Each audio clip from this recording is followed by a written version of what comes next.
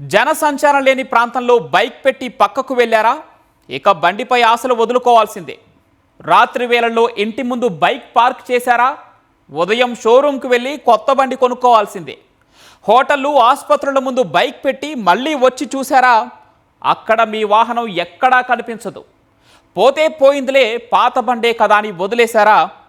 ఏదో ఒకరోజు పోలీసులు మీ ఇంటికి రావటం ఖాయం. అదే దొరుకుతుందిలే అని ఉదాసీనత వహించారా?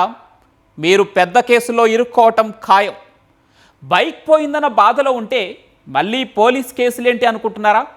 దొంగలను పట్టుకోవాల్సిన పోలీసులు బాధితులను పట్టుకోవటం ఏంటని ఆశ్చర్యపోతున్నారా? అయితే ఈ స్టోరీ చూడాల్సిందే.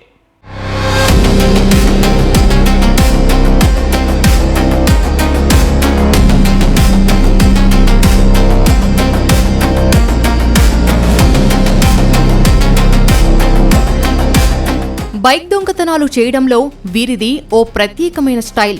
ఎవరైనా కొట్టేసిన బండ్లు ఎంతో కొంతకు అమ్ముకుని సొమ్ము చేసుకుంటారు, లేదా స్పేర్ పార్ట్లు విడదీసి ఒక్కొక్కటిగా విక్రయించుకుంటారు. కానీ వీళ్ళు అలా కాదు. ఆ కొట్టేసిన బైక్లపైనే తిరుగుతూ చైన్ స్నాచింగ్లకు పాల్పడుతుంటారు. ఆ బండ్ల మీదే రెక్కీలు చేస్తూ దొంగతనాలు, చోరీలు చేస్తుంటారు. కొన్ని చోట్ల నెంబర్ ప్లేట్లు తొలగించి దర్జాగా రైరైమంటూ తిరుగుతుంటారు. వీళ్ళు చేసే తప్పులకు ఆయా బైక్ల యజమానులు బాధ్యత వహించాల్సి వస్తోంది. మరి ఇంతకీ వీళ్ళు ఎలా పట్టుబడ్డారు?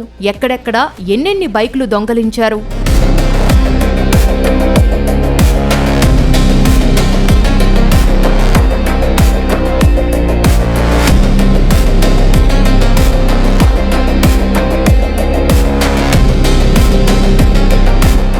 వరంగల్ కమిషనరేట్ పరిధిలో ఇటీవల వరుసగా బైక్ దొంగతనాలు జరుగుతున్నాయి. ఇంటి ముందు పెట్టిన బండ్లు కనిపించకుండా పోతున్నాయని బాధితులు పోలీస్ స్టేషన్ల చుట్టూ తిరుగుతున్నారు. మరికొందరు అసలు కేసు కూడా పెట్టడం లేదు. ముఖ్యంగా సీసీ కెమెరాలు లేని ప్రాంతాలు, జనసంచారం తక్కువగా ఉన్న చోటే కేటుగాళ్లు బైక్లు చోరీ చేస్తున్నట్లు పోలీసులు గుర్తించారు. అయితే అనూహ్యంగా ఇటీవల చైన్ స్నాచింగ్ కేసులు సైతం పెరగడంతో పోలీసులు గట్టి నిఘా పెట్టారు. ప్రత్యేక బృందాలను ఏర్పాటు చేసి దొంగల కోసం వేట మొదలు పెట్టారు. అయితే కొన్ని చోట్ల సీసీ కెమెరాల్లో సమాచారం లభించినా దొంగలు తెలివిగా నంబర్ ప్లేట్లు తొలగించుకొని చైన్ స్నాచింగ్ కు పాల్పడుతున్నట్లు గుర్తించారు.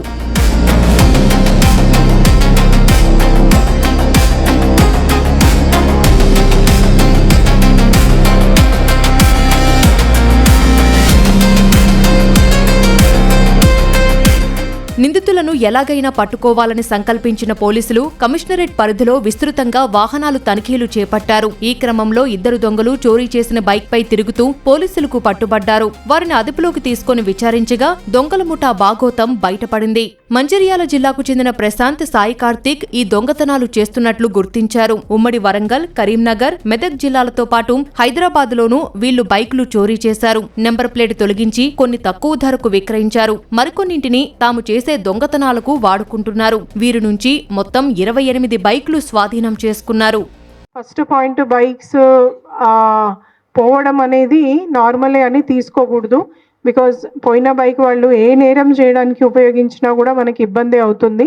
బికాజ్ బైక్ అనేది ఎవరి పేరు మీద ఉంటుందో వాళ్ళని నేరస్తులం చేస్తాం కాబట్టి.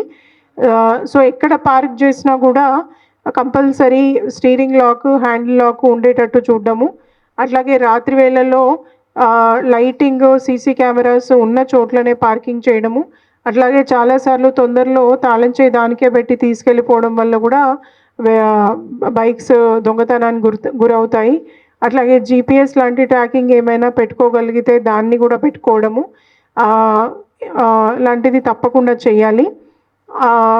ఒకవేళ పోతే వెంటనే పోలీస్ స్టేషన్స్కి కూడా ఇన్ఫామ్ చేయాల్సిన బాధ్యత ప్రజలందరి మీద ఉందని మరొక్కసారి గుర్తు చేస్తున్నాను.